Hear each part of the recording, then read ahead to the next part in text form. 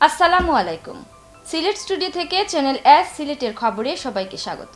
সঙ্গে আছি সেগুপ্তা জাহান রাইজা। খবরের শুরুতেই জানিয়ে দিচ্ছি শিরোনাম। প্রধানমন্ত্রী শেখ হাসিনা আসছেন সিলেটে, আশায় বুক বেঁধে আছেন সিলেটের মানুষ। জ্বালানি তেলের দাম আরেক দফা কমানোর ব্যাপারে সিদ্ধান্ত আগামী ডিসেম্বরে জানালেন অর্থমন্ত্রী। প্রথমবারের মতো অনুষ্ঠিত হলো বাংলাদেশি প্রবাসীদের বৃহত্তম সম্মেলন বাংলাদেশ গ্লোবাল সামিট। বিশ্বের প্রবাসী বাংলাদেশিদের একটি প্ল্যাটফর্মে নিয়ে আসার স্বপ্ন বাস্তবায়নের প্রত্যয় ব্যক্ত করলেন আয়োজকেরা। সিলেটে স্ত্রী হত্যার দায়ে আজিরউদ্দিন নামে এক ব্যক্তির যাবজ্জীবন কারাদণ্ড। সারা দেশের মতো সিলেটেও প্রাথমিক বিদ্যালয় ও ইবতেদায়ী মাদ্রাসার পঞ্চম শ্রেণীর শিক্ষা সমাপনী পরীক্ষা শুরু। সুনামগঞ্জ জেলা বিএনপির সম্মেলনকে সামনে রেখে জেলা আহ্বায়ক কমিটির প্রস্তুতি সভা অনুষ্ঠিত। এবং গানে গানে স্মরণ করা হলো গুণী সাংবাদিক ও সঙ্গীতশিল্পী সঞ্জীব চৌধুরীকে। শিরোনাম শুনছিলেন, এবারে বিস্তারিত খবর। প্রধানমন্ত্রী শেখ হাসিনা আসছেন সিলেটে, আশায় বুক বেঁধে আছেন সিলেটের মানুষ। টানা দ্বিতীয় মেয়াদে প্রধানমন্ত্রী নির্বাচিত হওয়ার পর এটিই তার দ্বিতীয় সিলেট সফর। প্রধানমন্ত্রীর আগমনে শুধু আওয়ামী লীগ নয়, উৎসাহ উদ্দীপনা কাজ করছে সাধারণ মানুষের মাঝেও। সে সঙ্গে রয়েছে সিলেটবাসীর অনেক প্রত্যাশা ও দাবি। প্রধানমন্ত্রীর আগমনে সেগুলির বাস্তবায়ন দেখতে চান সিলেটের সুধীজনেরা। বিস্তারিত হোসেন আহমদ সুজাদের রিপোর্টে, ক্যামেরায় ছিলেন আমিমুল এহসান রাহিন। আওয়ামী লীগের 20তম সম্মেলনের পর প্রথম সিলেট জেলা সফরে আসছেন প্রধানমন্ত্রী শেখ হাসিনা। প্রধানমন্ত্রীর এই আগমনের মধ্য দিয়ে পূরণ হতে পারে সিলেটবাসীর দীর্ঘদিনের দাবি সিলেট ঢাকা ও সিলেট চট্টগ্রাম রেলপথ 2 লেনে রূপান্তরিত। সিলেট উসমানী বিমানবন্দরের আন্তর্জাতিক সকল সুযোগ সুবিধার বাস্তবায়ন, সুরমা ও কুশিয়ারা নদীর নাব্যতা ফেরানোর লক্ষ্যে খনন কাজ, সিলেটের পর্যটন স্পটগুলোতে যাতায়াত সড়কের সংস্কার কাজের বাস্তবায়ন আশা করছেন সিলেটের মানুষ প্রধানমন্ত্রীর এই আগমনের মধ্য দিয়ে। আমরা নদীগুলা খননের একটা প্রকল্প সরকার হাতে নিয়েছেন, সেই প্রকল্পে যেন সুরমা এবং কুশিয়ারা থাকে, কারণ সুরমা কুশিয়ারা একেবারে ভরাট হয়ে গেছে। মাননীয় প্রধানমন্ত্রীর কাছে আমাদের অনুরোধ থাকবে যে এই ট্যুরিজম বর্ষতে সিলেটের ট্যুরিজম স্পটগুলোকে আরও সুন্দরভাবে সাজানো এবং এটা রাস্তাঘাটকে ভালো করে দেওয়ার জন্য আমাদের আকুল আবেদন থাকবে। দ্বিতীয় যে দাবিটি আমরা মাননীয় প্রধানমন্ত্রীর কাছে করব, সেটা হচ্ছে উসমানী আন্তর্জাতিক বিমানবন্দরে সকল ইন্টারন্যাশনাল ফ্লাইট যেন নামতে পারে সেই ব্যবস্থা করা। সিলেটবাসীর দীর্ঘদিনের দাবি এমএজি উসমানী মেডিকেল কলেজ হাসপাতালকে মেডিকেল বিশ্ববিদ্যালয়, মদন মোহন কলেজকে সরকারিকরণ, এমসি কলেজকে বিশ্ববিদ্যালয়ে রূপান্তরিত করার আহ্বান প্রধানমন্ত্রীর কাছে সিলেটের সুধীজনদের। এবং আমরা আশা করব শীঘ্রই এই সিলেট বিভাগের যে মেডিকেল বিশ্ববিদ্যালয়, সিলেট মেডিকেল বিশ্ববিদ্যালয়, শীঘ্রই সেটা এক্সিকিউটিভ অর্ডার বের হবে এবং সেটা সংসদে বিল আকারে আসবে এবং পাস হবে, সেটা আমাদের আশা প্রত্যাশা। আমি আশা করছি যে মাননীয় প্রধানমন্ত্রী এখানে আসলে আমাদের এই প্রতিষ্ঠান তথা এখানকার যত প্রতিষ্ঠান আছে কিছু না কিছু পাবে। তো এই প্রতিষ্ঠান যদি বিশ্ববিদ্যালয়ে রূপান্তর করা হয় তাহলে তো অত্যন্ত সৌভাগ্য আমাদের সিলেটবাসীর জন্যে। আর সেটা যদি না করে কিছু বিষয়কে এখানে অন্তর্ভুক্ত করা হয়। আগামী 23 নভেম্বর প্রধানমন্ত্রী শেখ হাসিনার এই সফর সিলেটের কোটি মানুষের আশা প্রত্যাশা পূরণ করবে, এই প্রতীক্ষায় প্রহর গুনছেন এখন সিলেটবাসী। তবে নগরীর সরকারি আলিয়া মাদ্রাসা মাঠের জনসভায় প্রধানমন্ত্রীর বক্তব্য দেওয়ার কথা থাকলেও তা স্থগিত করা হয়েছে। বাকি সব কর্মসূচিতে যোগদান করবেন তিনি। হুসাইন আহমেদ সুজাত, চ্যানেল এস নিউজ, সিলেট। জ্বালানি তেলের দাম আরেক দফা কমানোর ব্যাপারে সিদ্ধান্ত আগামী ডিসেম্বরে নেওয়া হবে বলে জানিয়েছেন অর্থমন্ত্রী আবুল মাল আব্দুল মুহিত। রোববার সিলেটে সাংবাদিকদের প্রশ্নের জবাবে তিনি এই তথ্য জানান। অর্থমন্ত্রী বলেন, জ্বালানি তেলের দাম কমানোর বিষয়ে একটু লজিস্টিক সমস্যা আছে। জ্বালানি তেলের দাম কমার বিষয়ে এ মাসেই প্রধানমন্ত্রীর সাথে রিভিউ করা হবে। সিদ্ধান্ত নিতে ডিসেম্বরের 10 তারিখ পার হয়ে যাবে। এ সময় অর্থমন্ত্রীর সাথে আওয়ামী লীগের কেন্দ্রীয় সাংগঠনিক সম্পাদক মিসবাউদ্দিন সিরাজ, সিলেট জেলা আওয়ামী লীগের সাধারণ সম্পাদক সাবেক এমপি শফিকুর রহমান চৌধুরী, মহানগর আওয়ামী লীগের সভাপতি বদরুদ্দিন আহমদ কামরান, জেলা শাখার সহ সভাপতি আশফাক আহমদ সহ আরও অনেকে উপস্থিত ছিলেন। এই মাসে প্রবাবলি আমরা রিভিউ করব প্রাইম মিনিস্টারের সঙ্গে, যেন এখন প্রাইম মিনিস্টারের সঙ্গে আমাদের বসা হয় নাই। সো প্রবাবলি এই মাসেই ওনার সঙ্গে রিভিউ হবে। রিভিউ হলে সিদ্ধান্ত হইতে ডিসেম্বরের যাবে, ডিসেম্বরের। কুয়ালালামপুর ডিক্লারেশনের মাধ্যমে শেষ হলো অল ইউরোপিয়ান বাংলাদেশ অ্যাসোসিয়েশন আয়োজিত প্রথম গ্লোবাল সামিট 2016।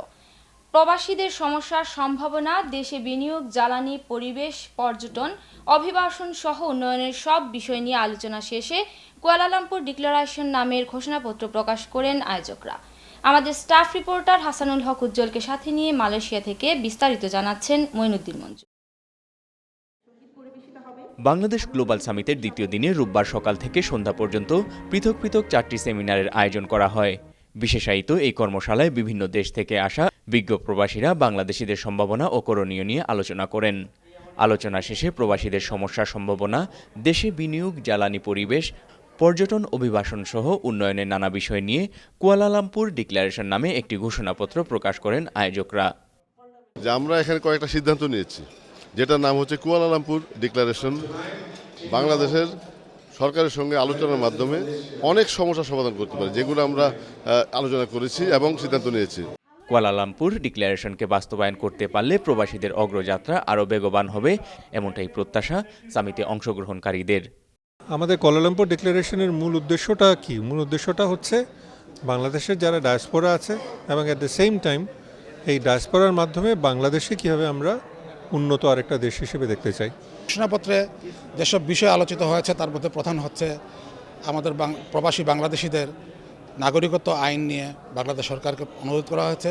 এছাড়া বাংলাদেশে এবং প্রবাসে উভয় স্থানেই প্রবাসী বাংলাদেশিদের ইনভেস্টমেন্ট এবং সেই সাথে স্কিল লেবার প্রেরণ এবং স্কিল মাইগ্রেশন করার ব্যবস্থা করার জন্য সরকারকে অনুরোধ করা হয়েছে। আমাদের আশা থাকবে বাংলাদেশ সরকার পৃথিবীর বাংলাদেশি কমিউনিটি, ডায়াসপোরা কমিউনিটি আমরা সবাই একসাথে মিলে ফলো করব এবং আমাদের সমস্যা সমাধানে, প্রবাসীদের সমস্যা সমাধানে এবং দেশের অগ্রগতিতে আমরা যাতে ভূমিকা রাখতে পারি। এখানকার সমস্যা, এখানকার সংকট, এখানকার সম্ভাবনা সবগুলোকে যুক্ত করে এবং সামগ্রিকভাবে ইউরোপের যে প্রত্যাশা এবং স্বপ্ন সেটাকে এক সমন্বিত করে করতে হবে।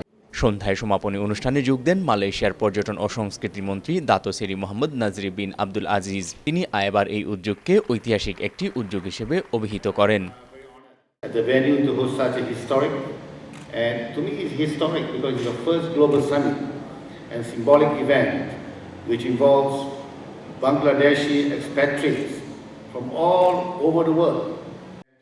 সমাপনী বক্তব্যের পর আয়বার চিফ অ্যাডভাইজার ও চ্যানেল এস এর চেয়ারম্যান আহমেদুজ্জামান চৌধুরী জেপি মালয়েশিয়ার পর্যটন ও সংস্কৃতি মন্ত্রীকে আয়বার লোগো পরিয়ে দেন।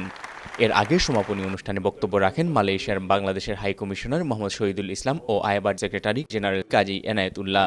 পরে বাংলাদেশ থেকে আসা শিল্পীরা মনোজ্ঞ সাংস্কৃতিক অনুষ্ঠান পরিবেশন করেন। এই সামিটে উঠে এসেছে প্রবাসীদের অনেক আশা আকাঙ্ক্ষার কথা, স্বপ্নের কথা, সম্ভাবনার কথা।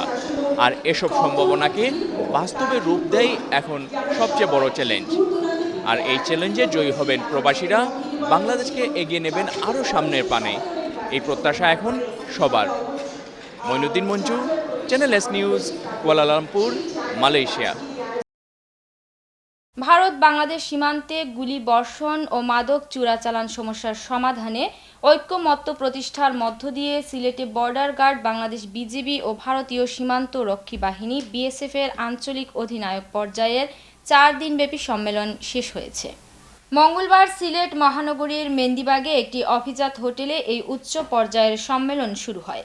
এতে বাংলাদেশের পক্ষে নেতৃত্ব দেন বিজিবির আঞ্চলিক অধিনায়ক ব্রিগেডিয়ার জেনারেল কাজী মাসরুর উল্লাহ চৌধুরী। অন্যদিকে ভারতের পক্ষে নেতৃত্বে ছিলেন মেঘালয় ফ্রন্টিয়ারের ইন্সপেক্টর জেনারেল পি.কে. দুবে।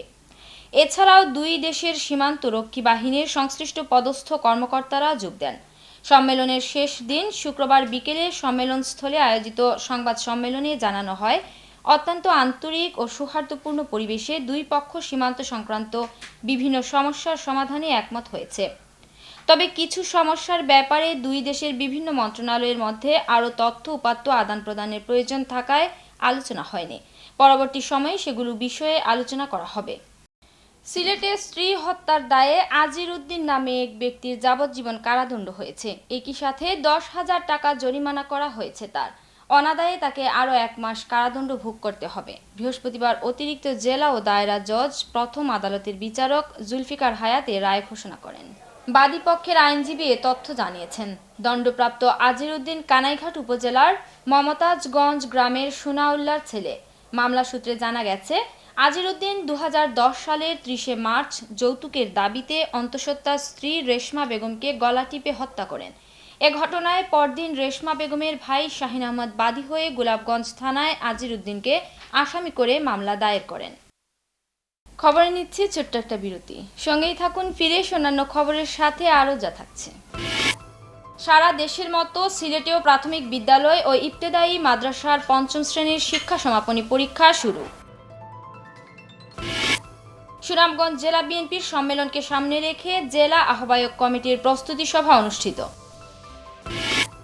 এবং গানে গানে স্মরণ করা হলো গুণী সাংবাদিক ও সঙ্গীতশিল্পী সঞ্জীব চৌধুরীকে।